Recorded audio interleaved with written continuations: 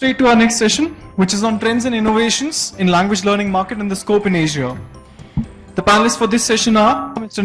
Vengurlekar, the co-founder at Utter, joined by Gaku Nakamura, who is the CEO at Rarejob, Ananthothai, who is the CTO and co-founder at Globish Academia, Ian Adam, the president and CEO at DynEd, and finally, the moderator for this session, Mr. TK Arunachalam, who is the regional director of South Asia at Cambridge Assessment English. Panelists, please. Good morning, everyone. My name is Arunachalam. I'm with Cambridge Assessment English, so very happy to be here. Without taking much time, and we know that we are behind schedule, what we thought we could do quickly is ask our co-panelists to describe about their organizations quickly, but also kind of talk about why is there a buzz in English language learning in Asia, and how is that impacting economies in the respective countries in Asia. So maybe can we start with you, Gaku?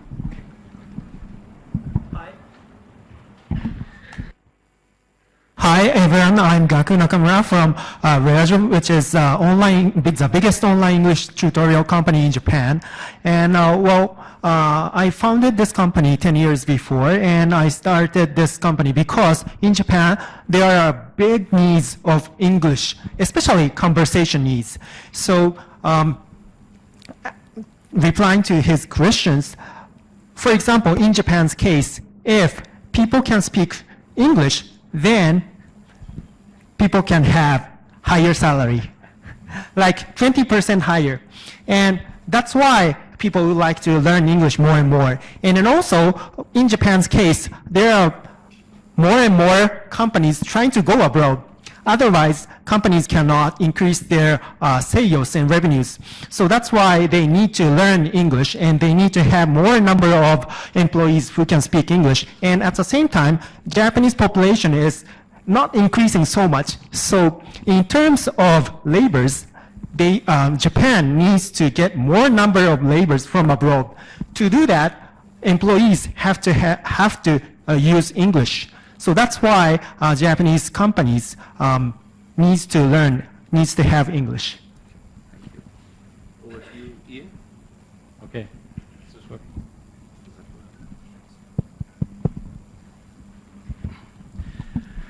Good morning.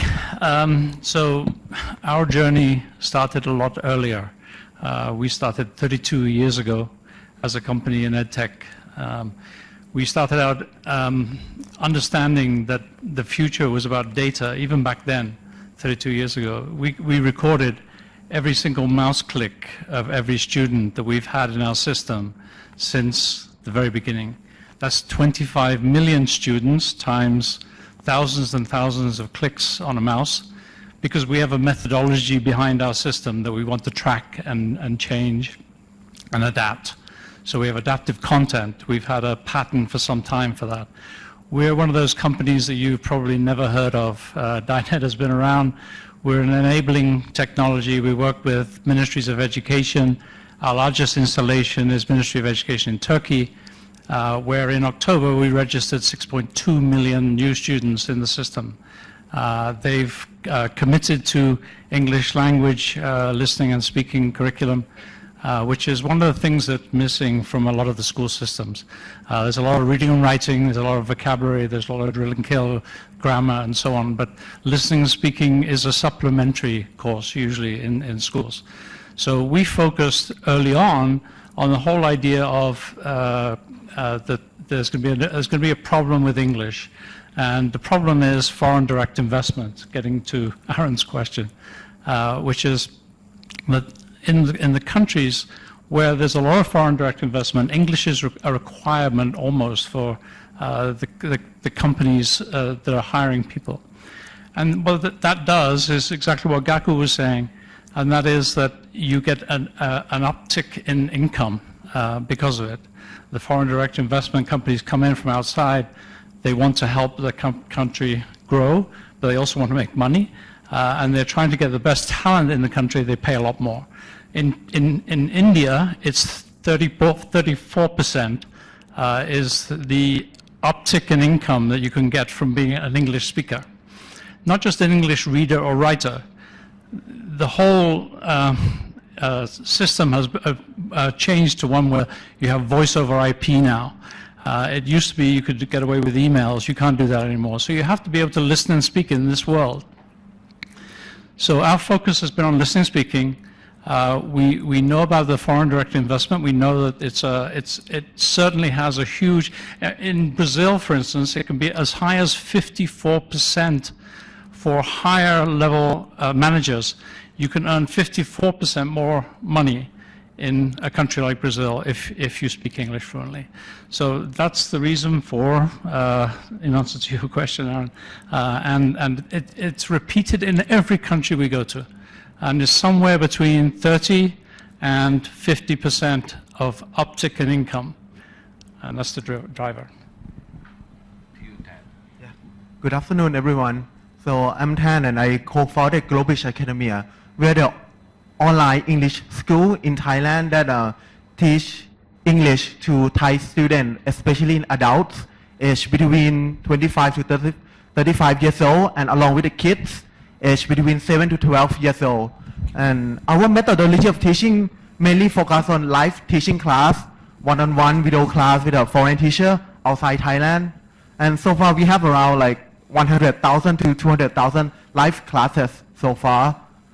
One of the things that we see that there's a big buzz going on in Asia, especially in the English language learning. Just like Gaku has mentioned, like Thai people, really similar to Japanese people. When you're able to speak English, you tend to be able to move higher to position or get a better job. Let's say if you want to be a manager, one of the requirements in Thailand is that you have to speak English well. Well, many reasons behind the scene, just like Ian said, like there's a lot of foreign direct investment in Thailand. If you want to go high up in career, speaking English well is a must. And one thing to add, like that's especially to Thai people, is that to speak English well is kind of reflect social status. A person that can speak English well will be regarded as well educated, or maybe come from a well family. So it's not about just like going through up in career, but it's about going through up in social status too. Yeah, that would be my answer. Yeah, thanks a lot, Tan. And maybe for an Indian perspective, over to you, Ninad. Thanks. So my name is Ninad. I'm the CEO and co-founder of a company called Utter. So Utter is essentially a conversation-based language learning platform which focuses on functional English. And because we are focusing on conversational fluency, we are on chat. So we have a combination of chatbots and live tutors which use short format conversations to actually provide conversational fluency to the users. We currently are about 1.6 million users on our platform, and we are a paid app.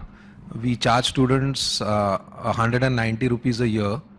Because we are chatbots, we are a virtual delivery platform, so we don't really have any expenses. We manage these 1.6 million learners. We have just 12 people, in the team to manage this size of business that we are currently doing. What is important, and I liked what Ian said, that we are not known. We are in stealth mode after 25 years, and I think that's an amazing thing, because I think whether it is English language learning specifically, what is important is you focus on the students rather than the media, and which is exactly what we've been doing. We've been focusing on delivering the learning outcomes, and we have a very clear focus on functional language learning skills that improve incomes. So we started with general English. We are now focusing on specific English for call centers, for drivers, for security guards, for housekeepers, and we know that people are willing to pay something if it impacts their own incomes. That's one. And one of the most important points which we realized in the last 3 years that we've been operating this business is in India, people don't pay for knowledge, they pay for outcomes, and education is a transaction for material outcomes, and those material outcomes could be designations, could be careers, could be jobs, or could be just enhancement of self-esteem. So our entire focus is on delivering these kind of outcomes through the app that we've built. Thanks a lot for that. I think actually that leads on to the next question. Maybe this is a good forum to ask that question is, I think this morning we talked about outcomes. Traditionally, English language learning has been led by a teacher-centric model. It depends on the teacher. And for the last many years, we've seen technology coming in to disrupt that place. But there is also a feeling amongst a lot of people that is technology a bit overrated? Is technology really able to give you those outcomes? So I think we have probably the best panel to kind of even talk about it. So maybe do you want to kind of start this time, Ninad, to say, can technology really get you the outcomes that the industry and the economies want? So, so I'll give you some examples. I love telling stories. So one of the examples, we have a call center which just calls our users. So we don't have a call center, which is solving any doubts for the users. We have call center where people call our users to ask them why they have not paid us. And we get some amazing responses from our users. So one of the stories that I want to, share with you is, we had users telling us that, for example, we had a course catalog, and the user said that, you might be the cheapest in the country, but this course catalog, you are charging me for a year, but this course catalog I can finish this in about 3 months. So why are you charging me for a year? So a simple thing like, adding coming soon courses is something where, that solved the problem for us. We also have seen that a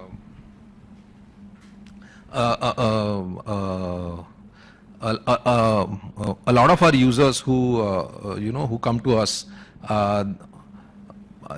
we thought that we have to deliver them outcomes by actually showing them proof of their learning, and we started delivering them reports, like complicated reports saying you have done this, you have done that, this is how much you have scored, this is how much you are better than the rest of the people and all that. And we saw that there was absolutely no response from the users on the statistical data of outcomes. And we started calling our users and we started asking them that why you are not reacting to these reports. And they said we don't have to react to these reports because we have already started speaking. And I said, which was the most important thing that we realized is that your outcomes that you're delivering, need not be physically shown to somebody. As long as those outcomes are being delivered, it's absolutely okay to not show these outcomes in form of complicated reports. And especially in a mobile app where, the screen is so small, if you complicate the app with too many things, you end up losing these users. They actually tend to drop off. So I personally feel that, outcomes should be delivered, but they need not be, in form of complicated reports and stuff like that.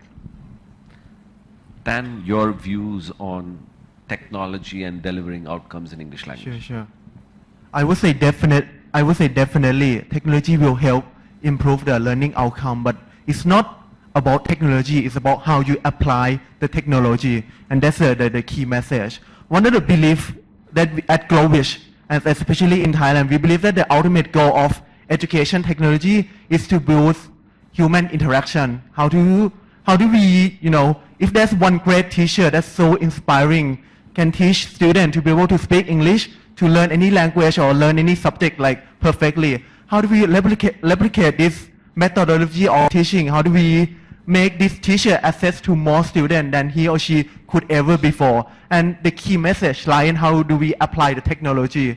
Let me give you one example. In Globish, the way we teach online English to Thai students, especially in adults, is that we apply technology to improve the human engagement as much as we can. When the student enroll with Globish through our website, the first contact that we make with them is that we have our educational consult to call them, and to call them each one personally, one by one, spending time with them, half an hour, 1 hour. And after that, they engage with us and they onboarding with us, they go through the orientation with our educational consult. Then we take them through the online learning process, which mainly will bring them to meet another teacher.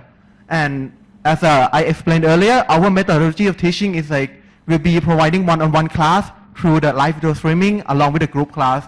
So all through the learning journey at Globish, we use technology to help increase the human interaction to make one excellent teacher be able to teach more students ever before. And not only that, with technology, our biggest aim is to reduce the inequality in education. How do students, especially in the poor slum, in the poor province outside Bangkok or any elsewhere, can have access to the great quality in education? We don't have exact answer yet, but we believe that technology will be the core of the solution that will help Thailand and any other country have a better learning outcome for the students, and especially reduce the inequality in education with the use of technology. Thank you. Ian, your views on this, please. You know I do. So, is this on? Yeah, it is. So, as I started out the conversation today, we've had 25 million students. We've captured every single mouse click on the desktop that they've made over 32 years. From that, this morning, Imran from one of the investor groups was saying that data is the most important thing. We have billions and billions of data that we've captured over the years. Data allows you to make decisions, but you have to start with something that's called a methodology, a method of teaching. Beneath that, you have to build a curriculum, a scope and sequence that goes with that to be able to get the outcomes that you're looking for. We came up with a conceptual syllabus. A conceptual syllabus is the concepts that are universal to any language, like a point in space over there in English has the same ideas in all the languages you have. So we'll work on concepts, and that allows you to break the language down into much smaller chunks. So you have to have a methodology, you have to have a curriculum, and the curriculum has to be based on whatever you're trying to do. We approached language learning as a skill because we were teaching listening and speaking, not knowledge. Knowledge is where you tell people what a grammar point is, how to pass tests, because you can have questions about vocabulary and so on. So that is not what we were trying to do. We realized, based on the data, this is even 32 years ago, that there were going to be over 1 billion, maybe 2 billion people learning English by 2015. We've gone beyond that, I think. The problem with that is there aren't enough teachers of English to be able to meet the needs of the world. So we took a step back and said, how can technology help you with that? So we built in technology that does all the very time-intensive role of imparting language on a student.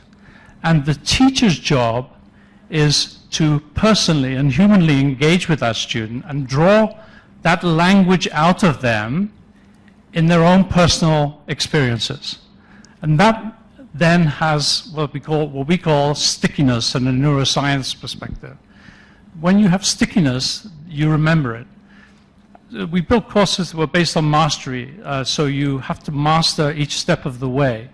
And you also have to have coaching every step of the way. We believe in that language is all about human interaction. We don't want to get to the point where there's AI that's taken over everything and AIs are teaching machines how to speak English. That doesn't help any of us. We all have to be thinking about jobs in the future. What's the role of a teacher?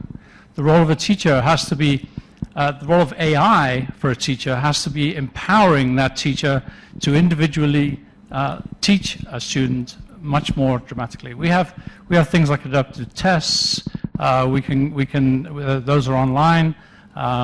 So we've built a whole host of technology that has been honed over 32 years that is now available on mobile as of 2 years ago.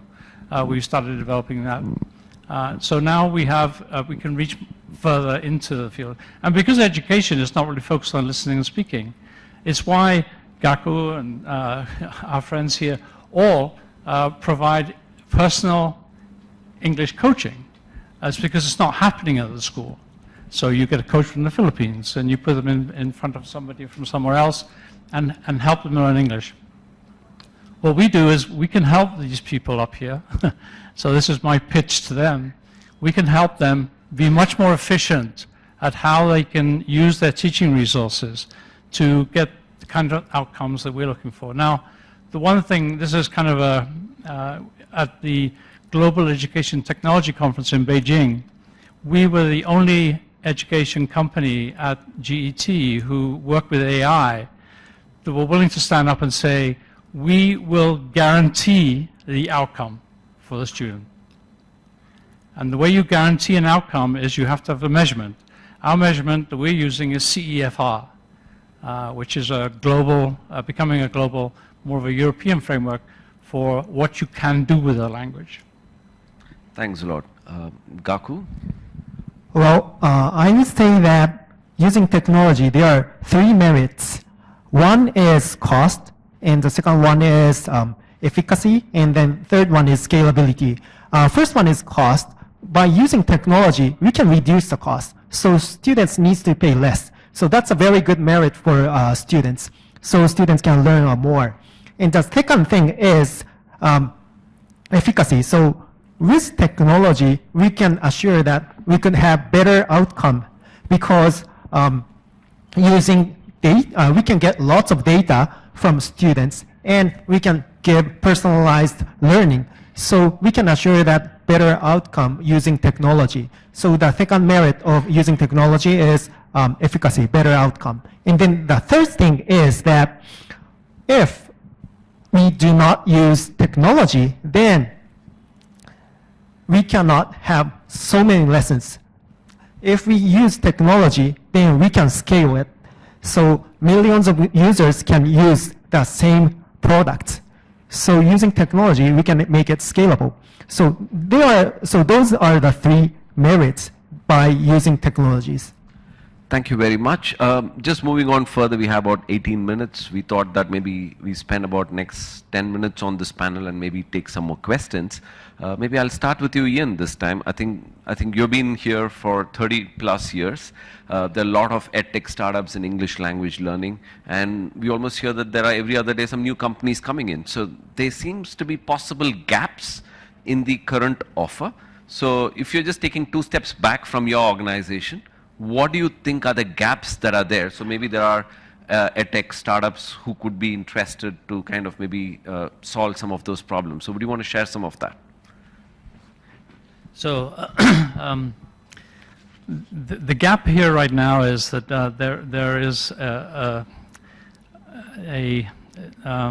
historical embodiment of English in the Indian country. Due to British rule and all that kind of thing way back. Same thing for Malaysia and other countries. The problem with that is that there is a sense in India, I think, that, okay, we all know English, so it's our common language. We've got hundreds of different languages and dialects, so English is the one that we'll focus on.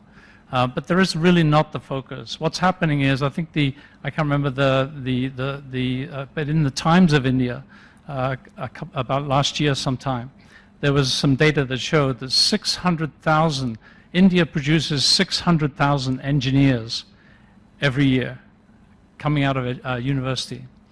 And the data showed that less than 40% of them can function in English, and no more than about 4% are fluent in English. So the problem with that is you have a situation where there's foreign direct investment. The idea is that they come in here and everyone speaks English, but it's actually not the case. So one way to get foreign direct investment is to raise the level of English fluency, because American companies, Australian companies, British companies, even German companies want to hire people to speak English. The EU, all the boards in the EU all function in English. So this is something that's going to happen, time and time again for India. You have to really address that. So there's an opportunity in India to raise, and this is why we're coming here. And we're coming here looking for partners. We're coming here looking for investment, and we believe that we have something that can help those college students graduate being fluent and being measured by a global standard. So that's really what I think the opportunity is. But how you go about it, how you make that happen. We don't mind competition. We've been doing this for a long time. We've seen competitors come and go. I'm not saying you will. We hope you'll come and stay. But the whole idea is that we have to, the whole world is hungry for English. And what you have to do is you have to just take a step back, as Aaron was suggesting I do, take a step back and say, what is the opportunity? And how can I play in that opportunity? That's what we did many years ago. But those things are still valid today. Yeah. Thanks a lot. Tan, maybe if you want to kind of share your views on what gaps you see currently in the offer and what are thoughts for others to support that. Sure. One gap that I see is slicing between to go beyond learning outcome, and to go beyond learning outcome it will come back to the most simple thing is how to make student, or whether they kids or adult, to lower their fear of making mistake. It lies in a bit of in the attitude of thinking. Let me give you one clear example. For Thai people, especially students, adults or kids, to be able to speak English confidently, it's not about giving them the best pedagogy, the best curriculum, or the best teacher to them. It's about being a coach for them. It's about guiding them to the right path. It's about giving them a constructive feedback. It's about inspiring them. It's about motivating them. Thai people, they have been learning English a lot, from year 1 to 12th grade, 12 years, even more than that. But why is there a gap of learning English for so many years and not able to speak English? It's about one clear, simple. It's about their fear of making mistake. And because when they have fear of making mistake, they tend to not be able to speak English in front of, especially other Thai people, or especially in front of the native speaker. And because they have the big fear of making mistake, they are not able to speak English well, even though they learn throughout the year. So I would say the gap lies in between not only to teach the student, but how to make them motivate, how to make them overcome their fear of making mistake. And to do this, teacher cannot be only teaching. There has to be a coach, like a coach for soccer player, to make the soccer player perform the best. There's many methodology, the new methodology that the coach must be doing. And this would be my answer. Sure. Gaku, if you want to chip in. Similar to it, the gap, and what I would like to say is motivation is very important, and it's very difficult to solve. So, for example, in our service, like 30 to 40% of the users quit in 3 months, and others try to. But those people have motivation for the first week. For the first week, they try to have it like every day. They try to use our service, and next week they try to have it just 3 times a week. Next week, 1 time a week, and then after that they don't use it and quit. So giving motivation is a very big issue for us, and I think also for edtech startups. So how to solve that issue is very important, and we would like to solve that issue in different approach. One is having a real coach. Human will have the coach, and then another thing that we are trying to do is to using AI and giving a feedback to the students. For example, each lessons, we record a lesson, and then we count the number of words they spoke, or number of unique words they spoke, and give them a feedback. And next lesson, we compare the number of words they used. So the students will get improvement. So how to give motivation and how to let them continue studying it is a very important thing, and I think that's a gap. Very helpful. Ninad?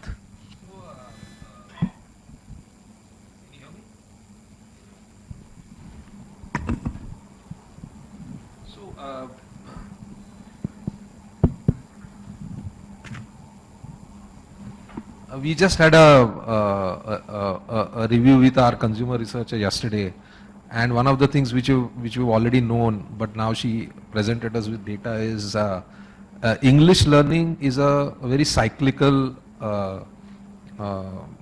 model of learning. People learn English only when there is a specific need, which they cannot,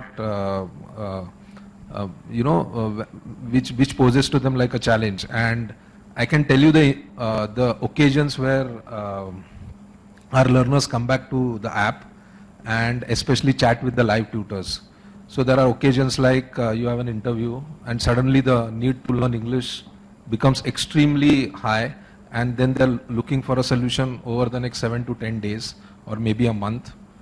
We have had occasions where somebody has joined a job and they are unable to write proper emails, and they actually have cut pasted their email to our tutors on chat and got it corrected.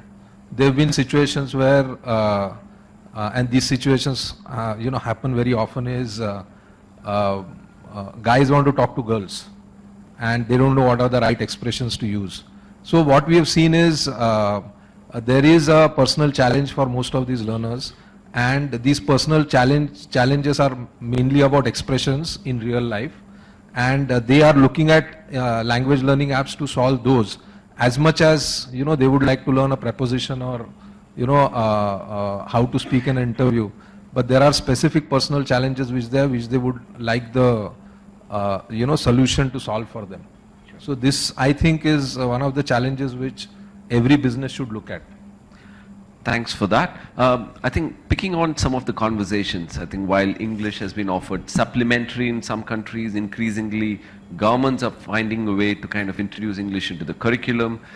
Many governments have kind of created policies to have maybe language labs or things like that installed with various outcomes, which I don't know if there are any specific outcomes there.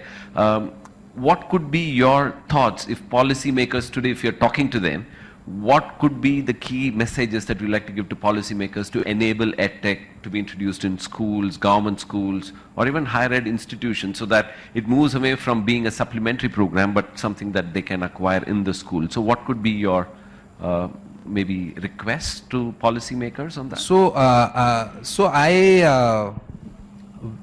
we have worked with, I've been with in EdTech for the last 18 years. And 15 years of my life I worked with schools and skill development, on skill development projects. And government is doing a lot of stuff, but it is more focused on actually implementing technology in schools, more than deriving outcomes from that technology. So the focus is on actually giving access to computers in schools, projectors in schools, and I think this is the phase now where they have started expecting outcomes out of that investment.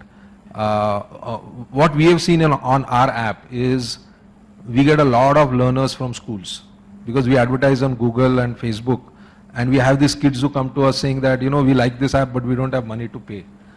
So we can clearly see that, low cost language learning product is something that is the need of the hour in schools. That is one. The second part is, we clearly see that the problem is not with the students not speaking English, the problem is with the teachers not speaking English. And I think we already have built a program for classroom, spoken English in classrooms. And we can clearly see that if there is a policy to train teachers to speak English in classrooms, I think the effect of those teachers speaking in classrooms can actually be multiplied by the students actually listening to good English and starting to speak. So I think language learning for teachers is extremely important. Thank you very much. Tan, would you want to add maybe an Asian perspective, not just India?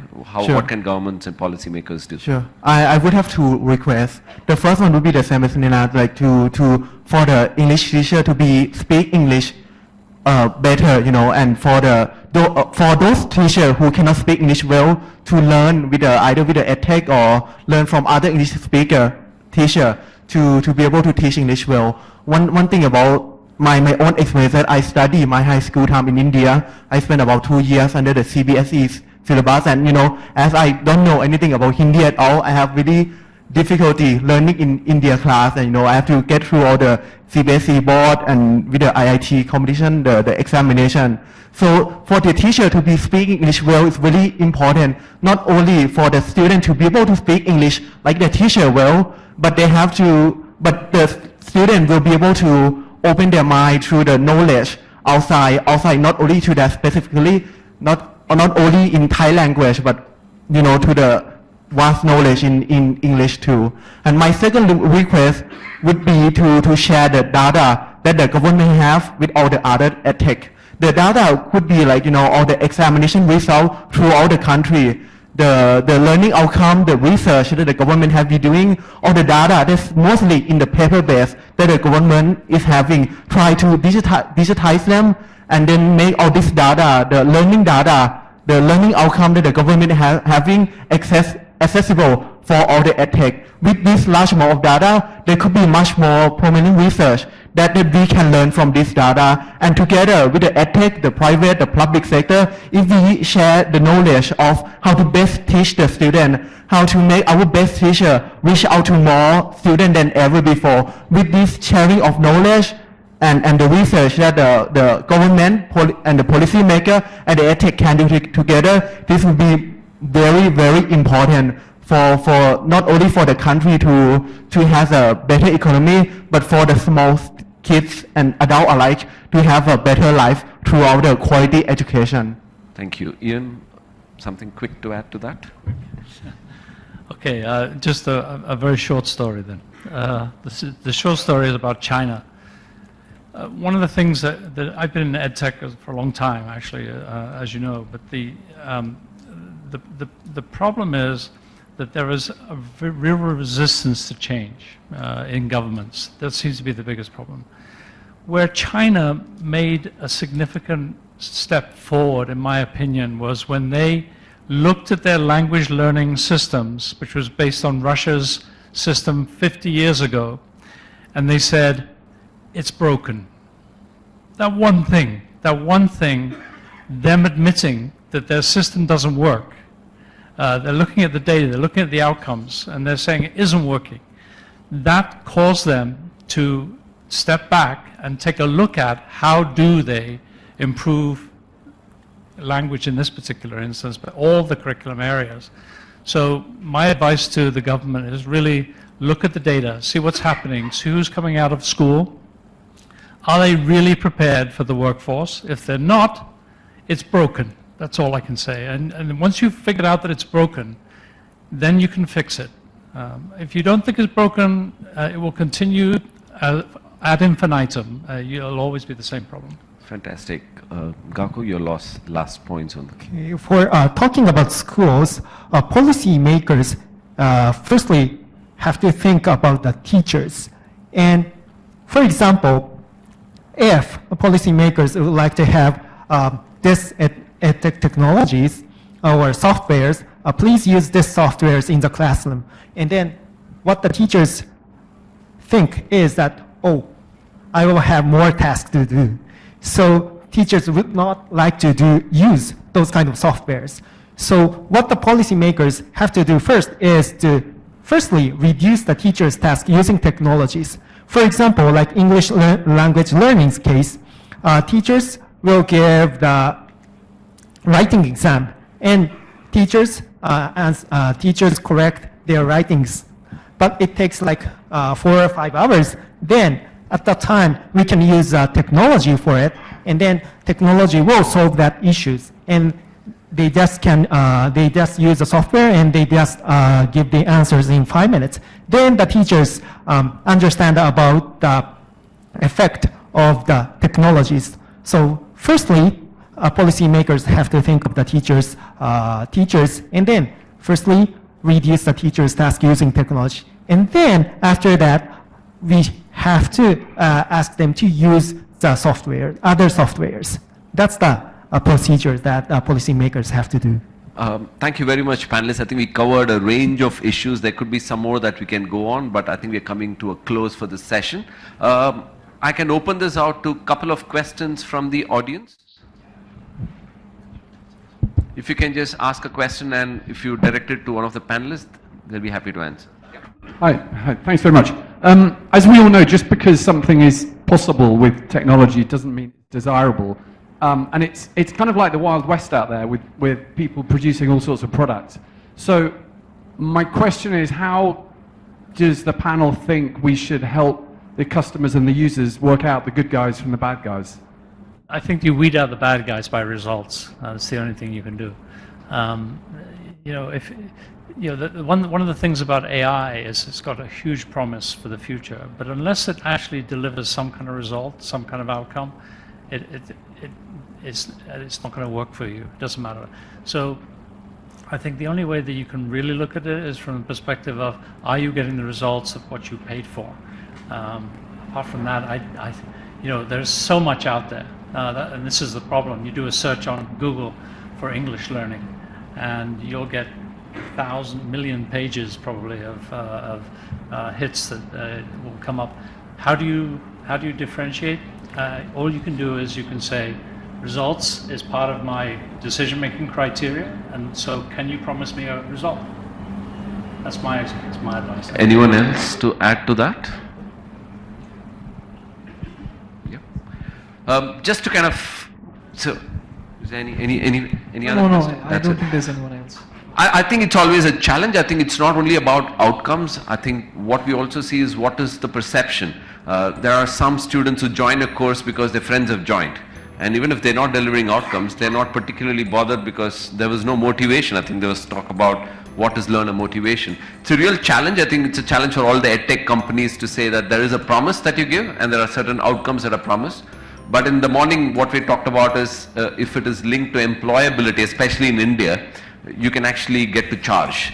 If you're just doing a learning program for the sake of learning, I think there are not a lot of parents or students or even youth who would want to pay for a program. They're looking at certain outcomes. So maybe to answer the question, I think we need to tie a lot of loose ends somewhere here. How do we map not just learning outcomes but also with employability and all of that? So we've completely run out of time. Thank you very much. I need to thank all the panelists for your wonderful contribution.